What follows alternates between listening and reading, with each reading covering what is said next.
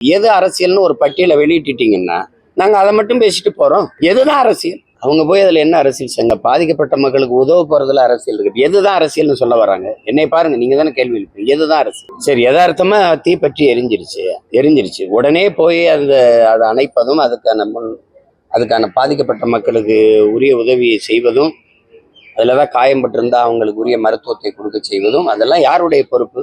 அதை ஒரு அரசியல் இயக்கம் போய் செய்யும் போது ஆர்வப்பட்டு அந்த தமிழக வெற்றி கழகத்தினுடைய நிர்வாகிகள் பெண் பிள்ளைகள் போய் உதவும் போது அதை தடுத்து அதை விதித்து வயிற்றுல மிதிக்கிற அளவுக்கு அது என்ன பெரிய குற்றமாயிருச்சா? அது தேச துரோக குற்றமா? முதல்ல இந்த தலைவர்கள் இதுல போய் அரசியல் செய்யறாங்க, இதையெல்லாம் அரசியல் ஆக்குறாங்க, இதையெல்லாம் அரசியலா பேசுறாங்க அப்படின்னு பேசுற தலைவர்கள் எது அரசியல்னு ஒரு பட்டியலை வெளியிட்டுட்டீங்கன்னா நாங்க அதை மட்டும் பேசிட்டு போறோம். எதுதான் அரசியல்? லட்சக்கணக்கா நாங்க எங்க கொல்லப்படுவோம் எங்க தாயகத்துல ஈழத்துல, அதை பேசக்கூடாது, அது அரசியல்.